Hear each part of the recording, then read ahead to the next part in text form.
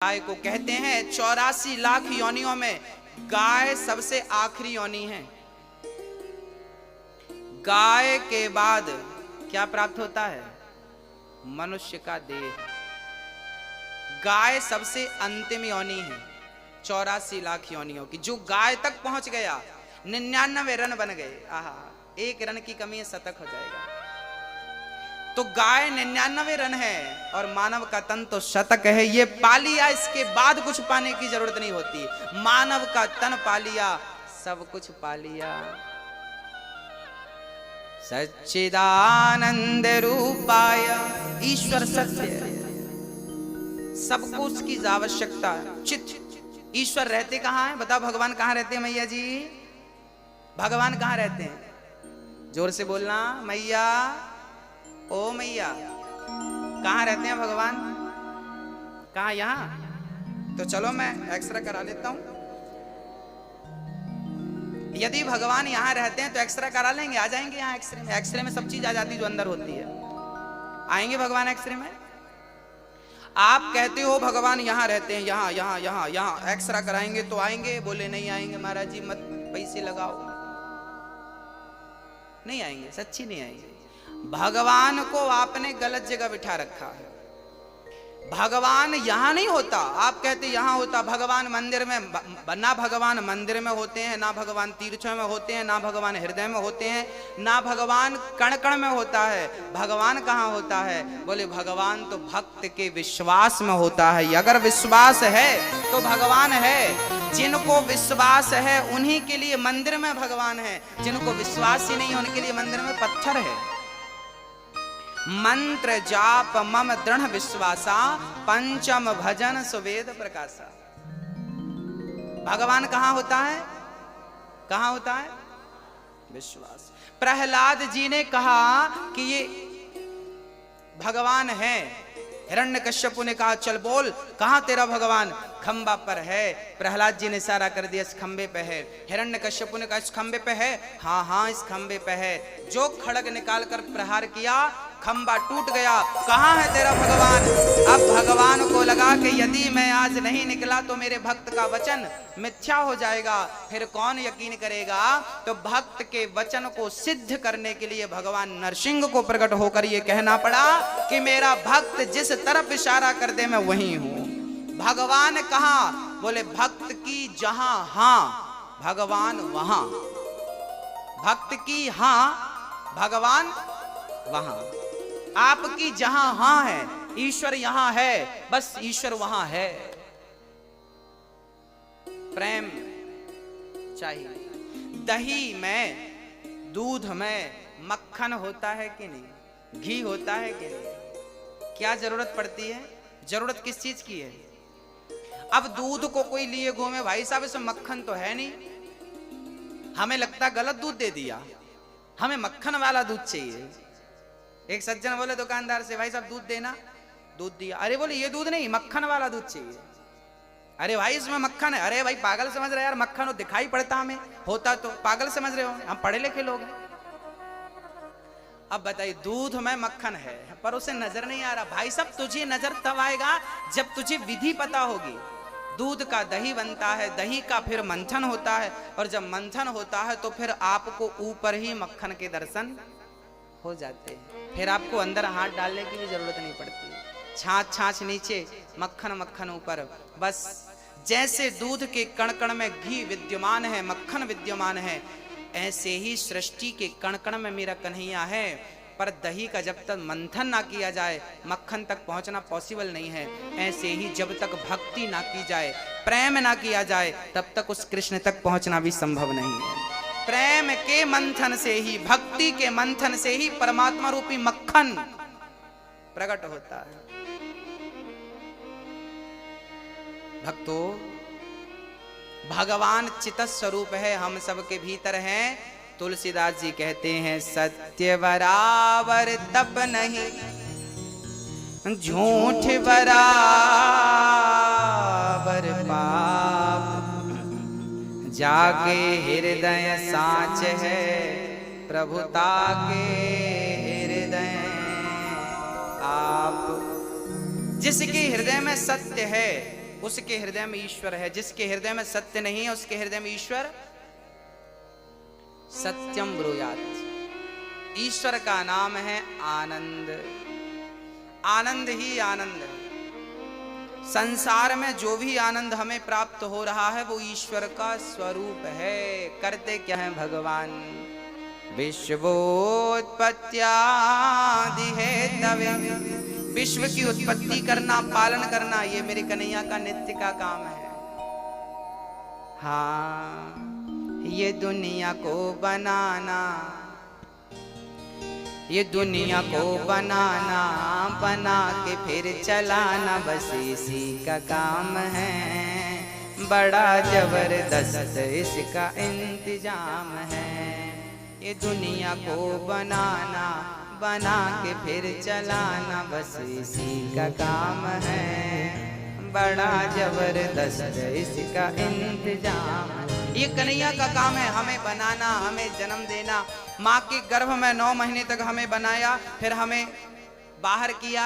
जब दांत न थे तब दूध दिया। देखिए भगवान की कितनी बढ़िया परवरिश है हमारे लिए।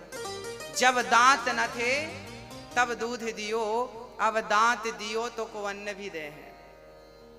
जल में थल में पशु पक्षिन की, सबकी सुधि लेते हैं, तेरे हूँ ले हैं। जान को देते अजान को देते, जहान को देते वो तो को भी दे हैं। रे मन मूर्ख सोच करे, क्यों सोच करे कछु हाथ न आए। जब दांत नहीं थे तब पीने को दूध दिया, अब दांत दिया है तो चिंता ना कर, पेट भर भोजन देगा ही सही। वो भूखा घुमा सकता है पर भूखा किसी को सुला नहीं सकता। ये भगवान का काम है, सृष्टि बनाना, पालन करना। एक रूप में भगवान, विष्णु के रूप में भगवान सृष्टि को पालित करते हैं, पालन करते हैं। ब्रह्मा रूप में उत्पन्न करते हैं, शिव रूप में संहार करते हैं। तापत्रय विनाशाय कहते हैं जो भगवान की शरण में होता है जीवन में कभी दुख नहीं आता। कोई तन दुखी, कोई मन दुखी, कोई धन बिन रहते उदास, थोड़े थोड़े सब दुखी, सुखी राम के दास। संसार में सब दुखी हैं, कौन सुखी है? केवल भगवान के भक्त, वो सुखी है। इसलिए उनके वन कर रहिए। ऐसे भगवान राधा कृष्ण सहित, कृष्ण को राधा सहित श्री कृष्ण को श्री कृष्णाय वयम नुमः, हम उन्हें नमस्कार करते हैं। बोलिए कृष्ण कन्हैया लाल की। यम प्रव्रजन्त मनुपेतमपेत कृत्यम, द्वैपायनो विरह कातर आजुहाव, पुत्रेति तन्मयतया तर्वोभिने दुष्टं सर्वभूत हृदयं मुनिमानतोऽस्मि। सुखदेव भगवान का जन्म हुआ। अच्छा, भागवत जी सबसे पहले किसने किसको सुनाई आपको विदित है? श्रवण करिए। ये भागवत कितनी बड़ी है मैं आपको बताता हूं। भागवत में श्लोक कितने हैं? 18,000। कितने श्लोक है मेरी माँ? अध्याय कितने हैं? 335। स्कंध कितने हैं? 12, 12। भागवत सबसे पहले किसने किसको सुनाई पता है आपको? किसने सुनाई? सबसे पहले भगवान नारायण ने अपने पुत्र ब्रह्मा को ये भागवत सुनाई। उस टाइम भागवत कितने श्लोकों की थी? आप कभी गंगोत्री जाएं, यमुनोत्री जाएं, या मां नर्मदा के उद्गम स्थल जाएं, अमरकंटक, तो जहां से गंगा निकलती है, यमुना निकलती है, नर्मदा मां निकलती हैं, पता है वहां पर ना वो बहुत छोटी सी होती है। नर्मदा जी जहां से निकली है वहां तो इतनी छोटी है कि आप छलांग लगा के पार कर लो, है ना? छोटा, उनका रूप स्वरूप छोटा है, पर वही आगे जाकर के क्या हो जाता है? बड़ा हो जाता। ऐसे ही भागवत सबसे पहले जब भगवान नारायण ने ब्रह्मा को सुनाई तब ये 4 श्लोकों की थी। केवल कितने श्लोक थे? अहमेवासमेवाग्रे नान्यद यद सदसत्परम पश्चादहं यदेतच्च यो वशिष्येत सोऽस्म्यहम् ऋतीर्थं यत् प्रतीयेत न प्रतीयेत चात्मनि तद्विद्यादात्मनो मायां यथा भासो यथा तमः यथा महान्ति। 4 श्लोकों के बड़े सुंदर शास्त्रों में हमारे गुरुजनों ने वर्णन किए हैं। फिर वही 4 श्लोक ब्रह्मा जी ने अपने पुत्र को सुनाया, देवर्षि नारद जी को। फिर वही 4 श्लोकों की भागवत जी नारद जी ने वेद व्यास जी को सुनाई। तो वेद व्यास जी ने सोचा कि भाई 4 श्लोक हम तो समझ सकते हैं, पर संसार के तुच्छ प्राणी अज्ञानी लोग सूत्र की भाषा नहीं जान सकते, इनको विस्तार करके बताना पड़ेगा कोई भी बात, तब ये जानेंगे। तब उन 4 श्लोकों की व्याख्या कर दी श्री व्यास जी ने, विस्तार कर दिया, इसलिए उनका नाम भी पड़ गया वेद व्यास, विस्तार करने के लिए। वेद व्यास जी का यथार्थ नाम है द्वैपायन। क्या नाम है? द्वैपायन। व्यास जी का नाम है द्वैपायन। उनका नाम जब वेदों का विस्तार किया, भागवत आदि का, उनका विस्तार के कारण नाम पड़ गया वेद व्यास। व्यास मीन्स विस्तार। विस्तार को, अधिक को संस्कृत में व्यास कहते हैं। तो वेद व्यास नाम। अच्छा, वेद व्यास जी के पुत्र हुए हैं। एक बार क्या हुआ, भगवान शंकर अपनी पत्नी माँ, हमारी माँ पार्वती से कहा, देवी आज आप बड़ी उदास हो। पार्वती ने कहा, प्रभु मुझे चिंता सता रही है, मैं आपसे बिछड़ना नहीं चाहती, मैं मरना नहीं चाहती, कुछ ऐसा करो कि मैं मरूं ना, क्योंकि मैं पिछले जन्म में मर गई थी, आपसे दूर चली गई थी, मुझे बिल्कुल अच्छा नहीं लगा। अच्छा, पार्वती पिछले जन्म में क्या थी? माता सती। सती दक्ष के यज्ञ में गई, जलकर भस्म हो गई, फिर बाद में वो क्या बनी? पार्वती। अब माता पार्वती ने कहा, प्रभु मैं आपको एक पल के लिए भी छोड़ना नहीं चाहती। शंकर जी बोले, तो फिर पार्वती ने कहा, प्रभु अच्छा ये बताओ, मैं तो कई बार मर चुकी, आप कितने बार? शंकर जी बोले, हम तो एक ही बार पैदा हुए हो, तब से आज तक है, हम बार बार पैदा नहीं होते, हम मरते हैं। भाई जो मरेगा वो पैदा होने की उम्मीद, मरेगा ही नहीं, सवाल ही नहीं खड़ा होता दोबारा पैदा होने का। पार्वती जी ने कहा, आपने कभी मरे ही नहीं आप? शंकर जी बोले, क्या चाहती हो हम मर जाएं? पार्वती जी बोली, हम नहीं चाहते कि आप मरें, पर ये बताइए कि आप कभी नहीं मरते, इसका राज क्या है? शंकर जी बोले, हमने अमर कथा सुन रखी है, और जो अमर कथा श्रवण कर लेता है वो कभी मरता नहीं, मृत्यु के चक्कर से सदा सदा के लिए मुक्त हो जाता है। पुनरपि जननम पुनरपि मरणम पुनरपि जननी जठरे शयनम भज गोविंदम गोविंदम भज मूढ़मते। आद्य शंकराचार्य जी ने कहा है कि जो गोविंद का भजन करता है, जो गोविंद की शरण में रहता, भज गोविंदम गोविंदम भज मूढ़मते। मूढ़मते मतलब हम, मूढ़मते मतलब अज्ञानी लोग है, अज्ञानी लोग। तू गोविंद का नाम जप, इसलिए जप ताकि तू यदि जपेगा तो आने जाने के चक्कर से, पुनरपि जननम पुनरपि मरणम, इस चक्कर से सदा सदा के लिए तू मुक्त हो जाएगा। पार्वती जी से शंकर जी ने कहा, मैंने उस नाम को बहुत जपा है, कथा सुनी है, इसलिए मैं मरूंगा ही नहीं। 7 दिन बाद राजा परीक्षित से सुखदेव जी ने यही पूछा, राजन क्या आप मरोगे? परीक्षित ने कहा, प्रभु मैं तो आत्मा हूं, आत्मा अविनाशी है, कभी नहीं मरती। जो भागवत सुन लेता है वो अपने स्वरूप को जान लेता है, वो इस बात को जान जाता है कि मैं कभी मरूंगा ही नहीं, क्योंकि वो अपने आप को शरीर नहीं आत्मा समझने लगता है। इसलिए शंकर जी ने कहा, देवी, पार्वती जी ने कहा, तो हमें भी वो कथा सुनाओ जिससे आप मरते नहीं हैं। शंकर जी बोले, चलो। अब शंकर जी पार्वती को लेके अमरनाथ चले गए। अमरनाथ के जंगल में डमरू बजाई, सारे पशु पक्षी भाग गए, पर एक छोटा सा शुक मीन्स तोता। अच्छा, ये तोता कौन था? जब राधा जी धराधाम में लीला करने आई, आज शायद बात होगी आपके बात होगी आज या कल, आज कहां कहां चलेंगे मैं आपको बता। अच्छा, मैं 2 दिन की रूपरेखा बता देता हूं। इन 2 दिन में हो सकता कुछ जगह आज जाएं, कुछ जगह चले, इसलिए मैं समझा देता हूं। हम लोग 84 कोष की परिक्रमा में भांडीव वन चलेंगे, है ना? कहां चलेंगे? भांडी वन में क्या हुआ था? भांडी वन में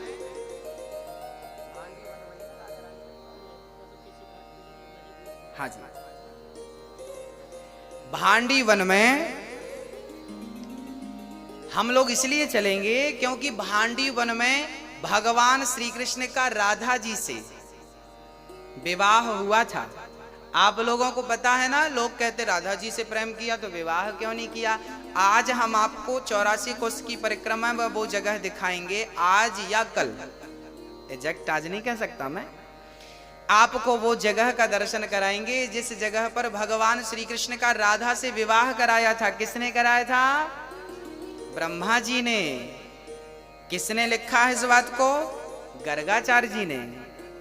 गर्गाचार्य जी गर्ग संहिता में इस बात को लिखते हैं। राधा जी का जिस स्थान पर विवाह हुआ था उस जगह का दर्शन करने का हमें सौभाग्य मिलेगा। भक्तों, अब एक जगह और है भरतौड़ बिहारी जी, जहां आज, अब मैं आपको रूपरेखा बता रहा हूं, अब यहां इनमें से कहां आज जाते हैं कहां कल, वो आपको हम वहीं बताएंगे। इसमें से एक दर्शन आज आपको हो सकता है भरतौड़ बिहारी जी का। ये वृंदावन का वो मंदिर है। मैं कथा में एक बार आपको, अच्छा, भागवत में जितनी कथाएं आपने सुनी है वो सारी लीलाएं उस जगह पर हुई हैं। वो कथाएं आपको मैं बताऊंगा, आपको याद आता जाएगा। एक बार क्या हुआ था ना, भगवान गाय चराने गए। गाय चराने के लिए भगवान श्री कृष्ण गए तो भगवान को जंगल में बड़ी भूख लगी, तो वहां पर यज्ञ कर रहे थे, बहुत सारे पंडित जी यज्ञ कर रहे थे। भगवान ने पंडित जी से कहा, पंडित जी हमें भोजन कराइए, बड़ी भूख लगी है। पंडित जी स्वाहा स्वाहा स्वाहा, पंडित जी ने उनको, चूंकि यज्ञ करता ब्राह्मण बोलता नहीं है ना, मौन रह के करना। अब पंडित जी बोल तो नहीं रहे थे, अब बच्चों को अब बच्चे तो बच्चे, खीर रखी थी तो बच्चों ने हाथ डाल दिया यज्ञशाला में। अब पंडित जी ने जो लाठी उठाई और दौड़ा, सारे बच्चे भागे, कन्हैया जी भागे। कन्हैया बोले, लाला आज तो भूखी रहना पड़े, पंडित जी तो कुछ ना देवे। अब पंडित जी स्वाहा स्वाहा किसके लिए कर रहे हैं? भगवान को खिलाने के लिए। और खास भगवान खुद चल कर आया तो लठ मार के भगा दिया। अब यज्ञ करने वाले पंडितों की पंडितानी थी। कहते ना, माँ के अंदर बड़ी ममता होती है। वो पंडितानी देख रही थी कि बच्चे बड़े भूखे और बड़े सुंदर हैं और इन बच्चों को भोजन। अब पंडितानी ने जल्दी से बच्चों को, बेटा यहाँ आओ यहाँ आओ। अब पंडितानियों ने बुलाया और जल्दी से बढ़िया खीर बनाई और बढ़िया हलवा बनाया, बढ़िया पूड़ी बनाई और ठाकुर जी को गोद पर बिठा के, यज्ञ करने वाले वो स्वाहा ही स्वाहा करते रह गए और इन्होंने तो बढ़िया गोद पर बिठा के जगत के पालनहार को खिलाया अपने हाथ से। अब पंडित जी ने देखा मेरी पंडितानी खिला रही है, अभी आता हूं, खैर नहीं तेरी। अब पंडितानी ने घूंघट कर लिया, उस तरफ देखेंगे नहीं। अब पंडितानियों ने बड़े प्यार से मेरे कन्हैया के लिए भोजन बनाया और भोजन कराया। और जब भोजन करके जाने लगे भगवान, तो जिस जगह पर पंडितानियों ने भगवान को गोद पर बिठाकर भोजन कराया था उसी मंदिर का नाम है भरतौड़ मंदिर, जो 84 कोष की यात्रा में आज या कल आपको दर्शन होगा। वो जगह, फिर वो कथा भागवत में आएगी 10वें स्कंध में, आपको सुनाऊंगा एक बारी और।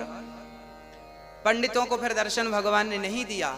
फिर वो जब भगवान चले गए तब हवन करते ब्राह्मणों को आकाशवाणी हुई, अरे पंडितों, जिसके लिए तुम हवन कर रहे हो वो तो तुम्हारे द्वारे पर आया, तुमने डांट कर भगा दिया। अब तो सारे पंडित रोने लगे, प्रभु अपराध हो गया, हम आपको पहचान नहीं सके, बड़ी गलती हो गई, क्या करें प्रभु। तब भगवान ने कहा, अपनी पत्नियों का दर्शन करो, तुम्हारी पत्नियों का दर्शन करोगे तो तुम्हारी पत्नियों में ही अब भगवान का दर्शन होगा। तब वो पंडित लोग जाकर अपनी पत्नियों का दर्शन किया कि तेरी गोद सफल हो गई, जो तेरी गोद में आज जगत का पालनहार बैठ गया, और तेरे वो हाथ सफल हो गए जिन हाथों से तूने जगत के पालनहार को भोजन करा दिया। तब अपनी पत्नियों का दर्शन किया। भगवान को फिर भी दर्शन, भगवान का दर्शन नहीं हुआ पंडितों को भी। आप कितना भी यज्ञ कर लो, कितना भी कुछ कर लो, पर आपके भीतर प्रेम नहीं है। क्योंकि मिला ही न रघुपति बिनु अनुरागा, कि ये जोग जप ज्ञान विरागा। हाँ हाँ, आज यमुना पूजन के साथ हम लोग यात्रा उठाएंगे। यमुना पूजन के बाद हम बेलवन लक्ष्मी मंदिर चलेंगे, माट भांडीर वन चलेंगे, बंसीवट चलेंगे। बंसीवट कौन सा वट है जानते हैं? बंसीवट में जहां पर भगवान ने बंसी बजा करके भक्तों को, गोपियों का आवाहन किया था। और मधुवन, मधुवन वही वन है जहां पर प्रहलाद ध्रुव जी ने तपस्या की थी। ध्रुव जी ने 6 महीने तपस्या की और भगवान को पाया था। वो ध्रुव जी की तपस्या स्थल, तपस्थली वहां पर है। मैं आपको दर्शन कराऊंगा। ये सारे दर्शन जो हैं आपको करा करके और फिर वही हम आपको समझाते रहेंगे कि ये दर्शन की ये महिमा है, ये दर्शन इसलिए हुआ। फिर उनका विस्तार कल की कथा में, कल के सत्य में करेंगे। बोलिए भक्त वत्सल भगवान की। अब श्री पार्वती मैया, ये सुखदेव भगवान जी राधा रानी के चरणों के दास थे। जब राधा जी लीला करने आई तो राधा जी से तोते ने कहा कि माँ मैं भी आपके साथ चलना चाहता हूँ। राधा जी बोली आप जाएंगे तो वहां पर आपका भी कोई कार्य नहीं है, जब मैं लीला पूरी करके आऊं तब आप जाना। जब राधा रानी लीला पूरी करके चली गई, उसके बाद श्री सुखदेव जी आए और यहाँ पर जो शंकर जी पार्वती को जहां पर कथा सुना रहे थे, सुखदेव जी बैठे थे। शंकर जी ने पार्वती को कथा सुनाई। पार्वती जी ने आंख बंद करके कथा सुनी। उन्हें निद्रा आ गई। पार्वती जी सोने लगी। अच्छा, शर्त ये थी कि आप सो रही हो कि सुन रही हो इसकी जानकारी कैसे लगेगी? तो हुंका देना था। एक राजा था। आप भी हुंका देती जाओ, नहीं तो फिर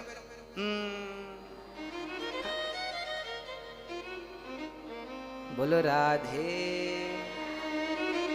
आप लोग भी हुंका देते जाना, थके हैं आप लोग, नींद आ सकती है।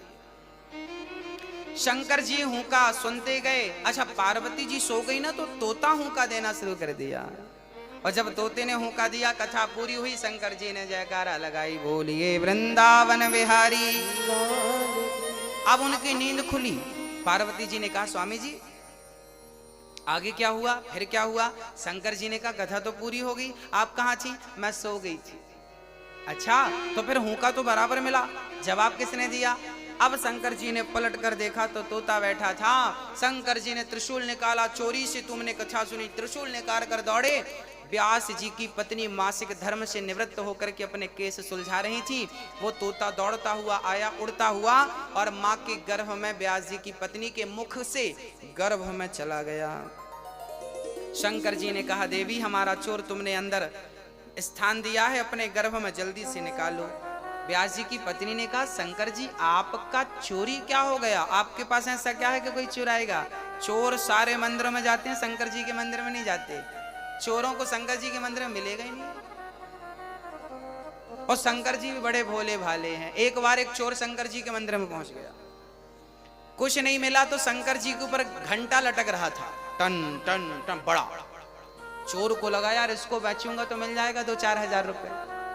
अब घंटा निकालने लगा, पर शंकर जी के ऊपर कोई चेयर वगैरह नहीं थी कि पांव छिड़के निकाले। अब कुछ था नहीं तो उसने शंकर जी की पिंडी पर, शिवलिंग पर, शंकर जी पर खड़ा हो गया और शंकर जी के ऊपर खड़ा होकर घंटा उतारने लगा तो शंकर जी प्रकट हो गए। बेटा दुनिया पुष्प चढ़ाती है, आज तूने अपने आप को चढ़ा दिया, मैं बहुत प्रसन्न हूं, बोल क्या चाहता है? पर चोर की बुद्धि भी भ्रष्ट थी। चोर ने कहा कुछ नहीं चाहता, घंटा उतरवा दो बस। ये घंटे पे हाथ लगवाओ तो ये उतर जाए, तो 2-4 हजार का काम बने। जो सत्संगी नहीं है उससे मांगना भी नहीं आता, याद रखिएगा। मांगना भी सबको नहीं आता, पता है? हम लोग तुच्छ सी चीजें मांगते हैं। भगवान के सामने, भगवान के दरबार में जाकर कभी छोटी छोटी चीजें नहीं मांगनी चाहिए। क्या मांगना चाहिए? हाँ मैया, क्या मांगना चाहिए? भगवान से कभी कुछ नहीं मांगना चाहिए। कन्हैया हम तुझसे मांगने नहीं आए, हम तुझसे तुझको मांगने आए हैं, आपसे आपको मांगने आए हैं। हम आपसे चाहते हैं, आपको चाहते हैं, आपसे नहीं चाहते। हम आपसे क्या करेंगे चाह करके? हमें कोई चाह नहीं है, इच्छा नहीं है। हमें सब तो दिया मेरे बिहारी जी ने, बिना मांगे दिया। अब क्या चाह बताओ? वृंदावन का वास दे दिया 7 दिन के लिए, और क्या चाहिए? यहां पर तो हमारे रसिक भक्त कहा करते हैं कि प्रभु नाली का पानी पीना पड़े तो मैं नाली का पानी पी लूं, भक्तों का जूठन खाना पड़े, आप पत्तल में खा के जो फेंक देती हो वो चाटना पड़े, खाना पड़े, मैं वो खा लूंगा, पर बिहारी जी मुझे ब्रज से कभी दूर मत करना, मैं जूठन खा लूंगा। मैं आपकी रज नहीं छोड़ना, मतलब मैं वृंदावन को नहीं छोड़ना चाहता। ऐसी बात यहाँ के रसिक भक्त कहा करते हैं। यहाँ का बास बहुत बहुत पुण्य से मिलता है मेरी माँ, बहुत पुण्य से। इसलिए यहाँ आप आ गए हैं, ये आपकी खुशनसीबी है। यहाँ बिहारी जी आपको जितने दिन रोक के रखे हैं, ये बिहारी जी की कृपा। चल पड़े यम प्रव्रजंत मनुपेत मपेत कृत्यम। यम सुखदेव जी, सुखदेव जी जब चले तो व्यास जी ने रोका। पुत्रेति तन्मयतया, पुत्र पुत्र, बेटा रुक जाओ, तुम जन्म लेते ही निकल पड़े भाई, शादी विवाह कर लो, बच्चे आदि कर लो, फिर चले जाना। सुखदेव जी बोले प्रभु माया के जाल में कोई एक बार उलझ जाए तो उलझ जाता है, पर सुलझता नहीं है। इसलिए मैं आज आप भजन करने जा रहा हूं और गोविंद को छोड़कर मैं भोगों की ओर नहीं आना चाहता।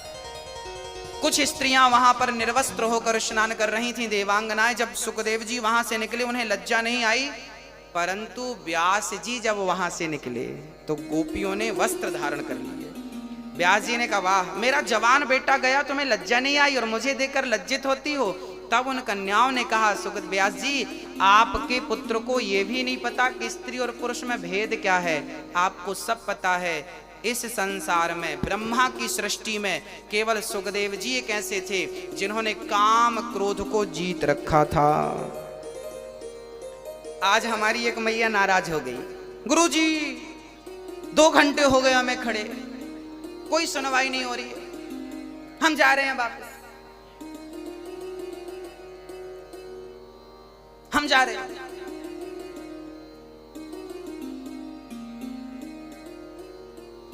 है ना, होता है। जब आप लोग बहुत देर तक खड़े रहते हैं, आप परेशान हो जाते हैं, तब आप ना चाह करके भी बोलते हैं। देखिए वृंदावन में आके पहली बात तो कभी हमें गुस्सा नहीं करना, और यहां आके हम कभी ये नहीं कह सकते कि हम जा रहे हैं। हाँ, धोखे से मत कहिएगा, क्योंकि ये बात यदि बिहारी जी ने सुन लिया तो बिहारी जी कहेंगे फिर जाओ, क्योंकि यहां आप आए हैं, आपकी मर्जी से नहीं आए। मैं फिर से कह रहा हूं, आप आए नहीं हैं, यहां बिहारी जी ने आपके अंदर प्रवेश करके ये प्रेरणा दी है कि चलो मेरे दर पे आओ। हाँ, यदि थोड़ी सी असुविधा हुई है हम उसे स्वीकार करें और सुधार करेंगे, पर आप धोखे से ये मत कहिए कि हम जा रहे हैं। हम सुन लेंगे तो चलेगा, पर बिहारी जी नहीं सुने ये बात, है ना। दूसरी बात यह है, सुखदेव जी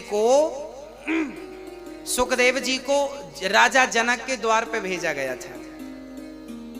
सुखदेव जी द्वार पर गए, द्वारपालों ने रोक दिया, चल खड़ा रहे। सुखदेव जी खड़े रहे, वहीं बैठ गए। सुखदेव जी बोले राजा साहब से मिलना है, कब मिलेंगे? बोले राजा साहब तो कल मिलेंगे। कोई बात नहीं, सुखदेव जी बैठ गए, वहां चिंतन करने लगे।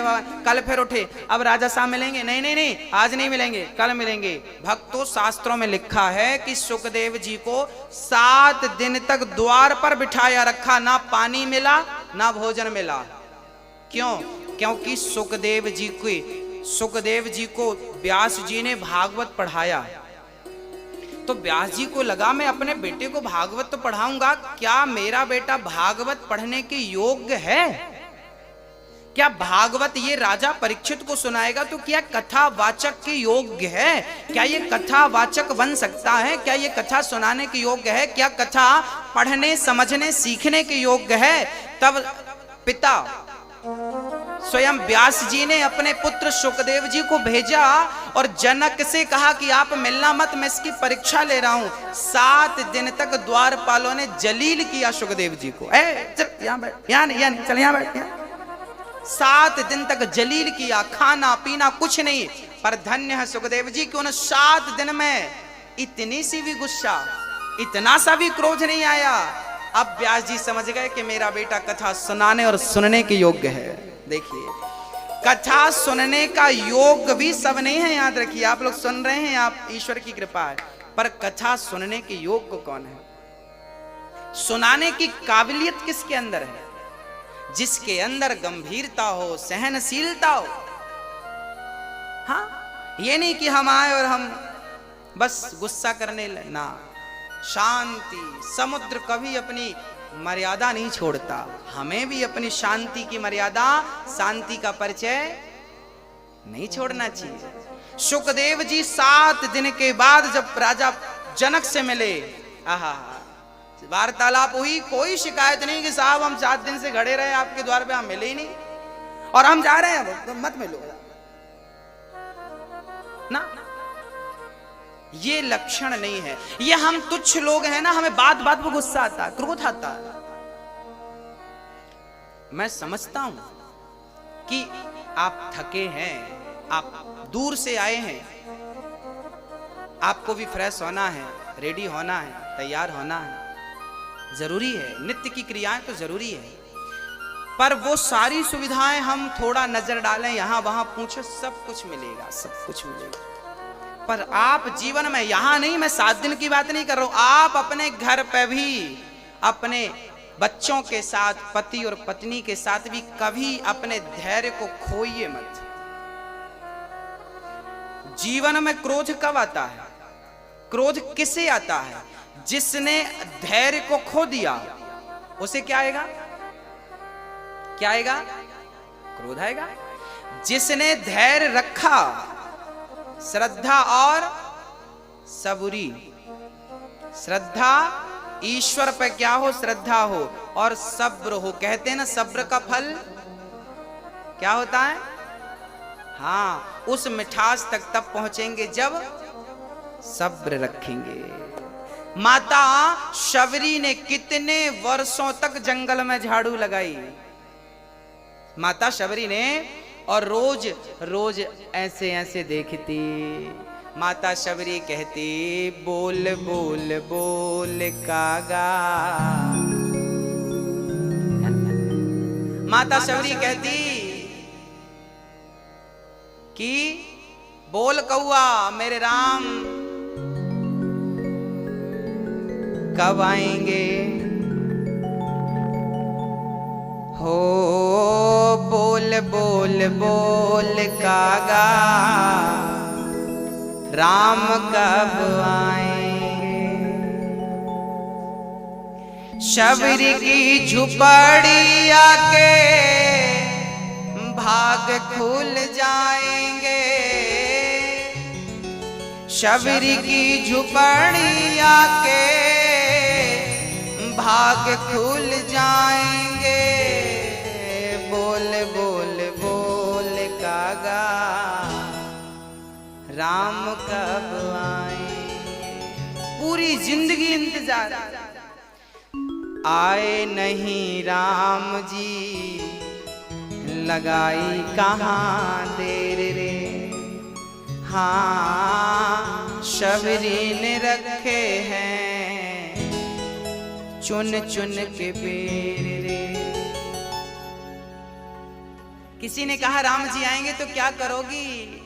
राम जी आएंगे, हम जंगल को जाएंगे, जंगल में जाके मीठे मीठे बेर लाएंगे और बेरों का भोग अपने राम को लगाएंगे। बेरों का भोग अपने राम को लगाएंगे बेरों का भोग अपने, राम को लगाएंगे बोल बोल बोल कागा राम कब आएंगे। पूरी जिंदगी निकल गई पर सेवा नहीं छोड़ी, पूरे जंगल में झाड़ू लगाती। किसी ने कहा माता शबरी ये पूरे जंगल में झाड़ू क्यों लगाती है? बोले कब आ जाएं कहां से आ जाएं कोई नहीं जानता, मेरे राम के चरणों में कांटे ना चुभे, कंकड़ ना चुभे, कोई पत्थर ना लग जाए, पूरा जंगल साफ कर देती है। सेवा नहीं छोड़ा माता शबरी ने। और हमें भी क्या नहीं छोड़ना चाहिए? सेवा। माता शबरी राम की सेवा क्या करती थी? झाड़ू लगाकर अपने गुरुजी के बर्तन धुलती थी, गुरुजी के चरणों की सेवा। जिस रास्ते से गुरु निकलते झाड़ू लगा देती। वो राम को नहीं जानती थी पर गुरु को जानती थी, और गुरु को जान गई तो गुरु ने राम तक पहुंचा दिया। यही गुरु का काम है। जो गुरु तक पहुंच जाता है वो राम तक पहुंच जाता है। इसलिए जीवन में गुरु की आवश्यकता होती है, क्योंकि गुरु तक शबरी पहुंची तो राम तक पहुंची। माता शबरी को राम तक किसने पहुंचाया? मतंग मुनि ने। आपके गुरु का नाम क्या था? जब गुरुजी मरने लगे, जिस दिन राम जी का वनवास हुआ उस दिन मतंग मुनि ने अपना शरीर पूरा किया। पर मतंग जी जब जाने लगे तो माता शबरी बोली गुरुजी कहाँ जा। देखो शबरी कितनी भोली थी, वो ये भी नहीं जानती थी कि मरना क्या होता। गुरुजी मरने लगे, सब बोले गुरुजी जा रहे हैं, सब रोने लगे गुरुजी। अब शबरी आई और गुरुजी कहाँ जा रहे हैं? बेटी हम जा रहे हैं। गुरुजी हमें भी ले चलो।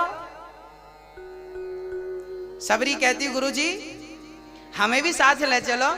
गुरुजी बोले बेटी अभी तू मत जा, अभी मैं जा रहा हूँ। शबरी बोली प्रभु गुरुजी मेरे तो माई बाप आप हो और आप ही चले गए, मैं किसके भरोसे रहूंगी, मैं कैसे रहूंगी प्रभु। तब गुरुजी ने कहा शबरी तू अपनी कुटिया पर रहना और बस रोज झाड़ू लगाकर राम का रास्ता साफ करते रहना, वो राम आएंगे। शबरी बोली कि आएंगे तो मैं पहचानूंगी कैसे गुरुजी? गुरुजी ने कहा दो भाई होंगे, एक गोरा होगा एक सांवला होगा और दोनों के हाथ में धनुष और बाण होंगे।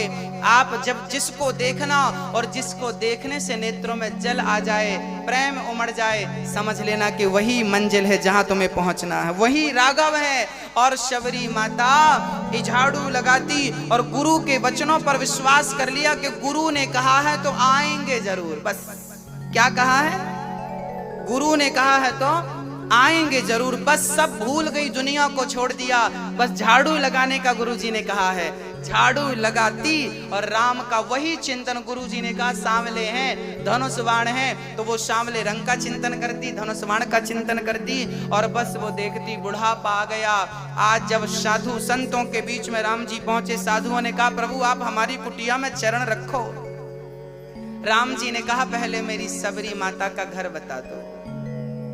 शबरी माता कहाँ है? पहले मैं उनकी कुटिया पे जाऊंगा। जो बड़े बड़े तपस्वी संत थे जिनको अपनी तपस्या का अहंकार था, आज उनका अहंकार नष्ट हो गया कि भगवान तपस्वियों के घर नहीं प्रेमियों के घर पहले जाया करते हैं। इसलिए इतनी कृपा सांवरे बनाए रखना, ओ मरते दम तक सेवा में लगाए रखना।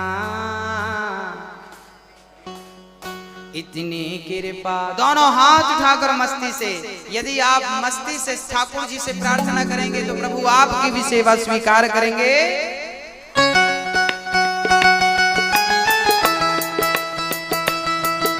दोनों हाथ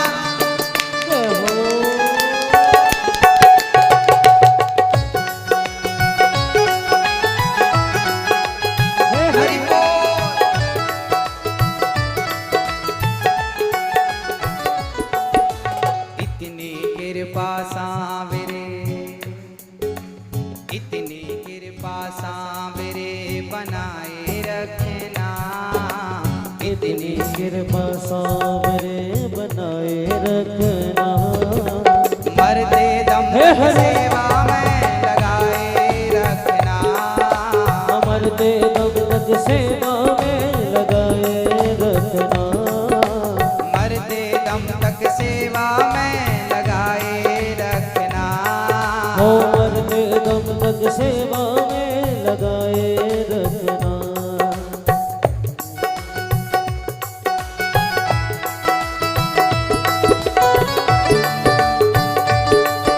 हरि बोल, हरि बोल। जय हो। क्या हो?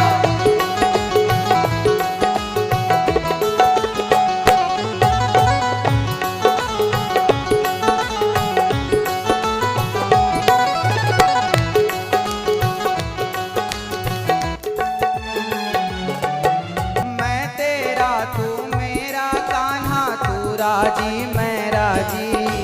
मैं तेरा तू मेरा कान्हा तू राजी मैं राजी। हे कन्हैया, मैं तेरा तू मेरा कान्हा तू राजी मैं राजी। मैं तेरा तू मेरा कान्हा तू राजी मैं राजी। तेरे नाम पे लिख दी मैंने इस जीवन की बाजी। तेरे नाम पे लिख दी मैंने इस जीवन की बाजी। हे कन्हैया, आज मैं अपने नाम की रजिस्ट्री तेरे नाम कर रहा हूं। आज से मैं तेरा और तू मेरा। मैं तेरा तू मेरा कान्हा तू राजी मैं राजी। तेरे नाम पे लिख दी मैंने इस जीवन की बाजी। इस जीवन की बाजी। मैं तेरा तू मेरा कान्हा तू राजी मैं राजी। मैं तेरा तू मेरा कान्हा तू राजी मैं राजी। तेरे नाम पे लिख दी मैंने इस जीवन की बाजी। तेरे नाम पे लिख दी मैंने इस जीवन की बाजी। अब लाज तुम्हारे हाथ, अब लाज तुम्हारे हाथ है बचाए रखना। लाज तुम्हारे हाथ है बचाए रखना। मरते दम तक सेवा में लगाए रखना। हो मरते दम तक सेवा में लगाए रखना।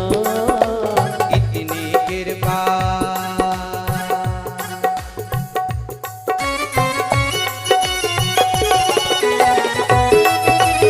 हरि बोल।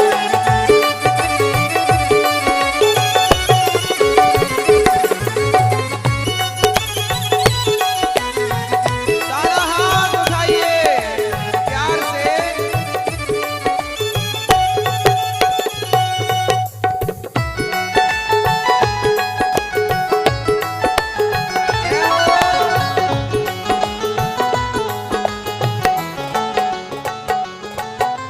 हाथ जोड़ मैं करूं प्रार्थना भूल कभी ना जाना। हो हाथ जोड़ मैं करूं प्रार्थना भूल कभी ना जाना। तेरे दर पर बना रहे बस मेरा आना जाना। तेरे दर पर बना रहे बस मेरा आना जाना। हे कन्हैया, मुझे कभी भूल मत जाना प्रभु, और तेरे दर पर मैं आता रहूं, तेरा दर्शन बार बार करता रहूं। हाथ जोड़ मैं करूं प्रार्थना भूल कभी ना जाना।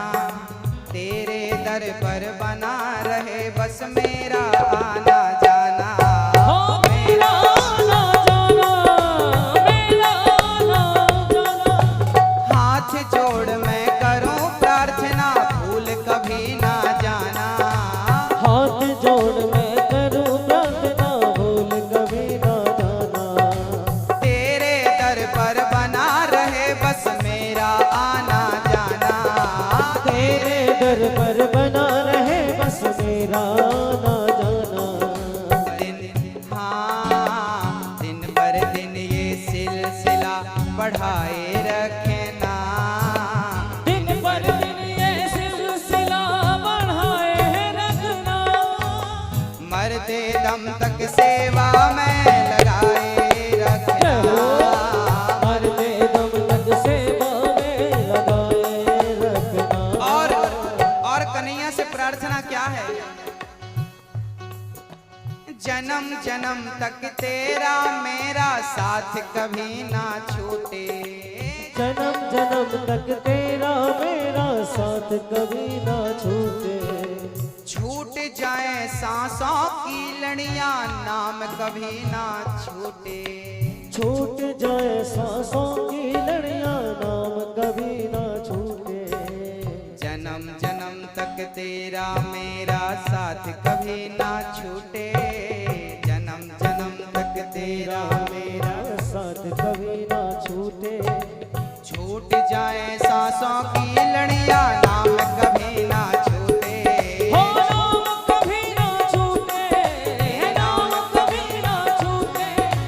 जन्म जन्म तक तेरा मेरा साथ कभी ना छूटे। जन्म जन्म तक तेरा मेरा साथ कभी ना छूटे। छूट जाए सांसों की लड़ियां नाम कभी ना छूटे। छूट जाए सांसों की लड़ियां नाम कभी ना छूटे।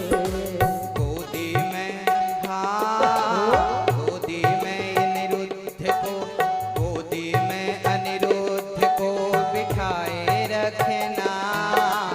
गोदी में अनिरुद्ध को मिटाए रखना। मरते दम तक सेवा में लगाए रखना। मरते दम तक सेवा में लगाए रखना। मरते दम तक सेवा में लगाए रखना। इतनी कृपा सावरे बनाए रखना। इतनी कृपा सावरे बनाए रखना। मरते दम तक सेवा में लगाए रखना। हो मरते दम तक सेवा में लगाए रखना। मरते दम तक मरते दम तक मरते दम तक सेवा में लगाए रखना। बोलिए भक्त वत्सल भगवान की। मरते दम तक प्रभु आपकी सेवा में। जन्म जन्म तक तेरा मेरा साथ कभी ना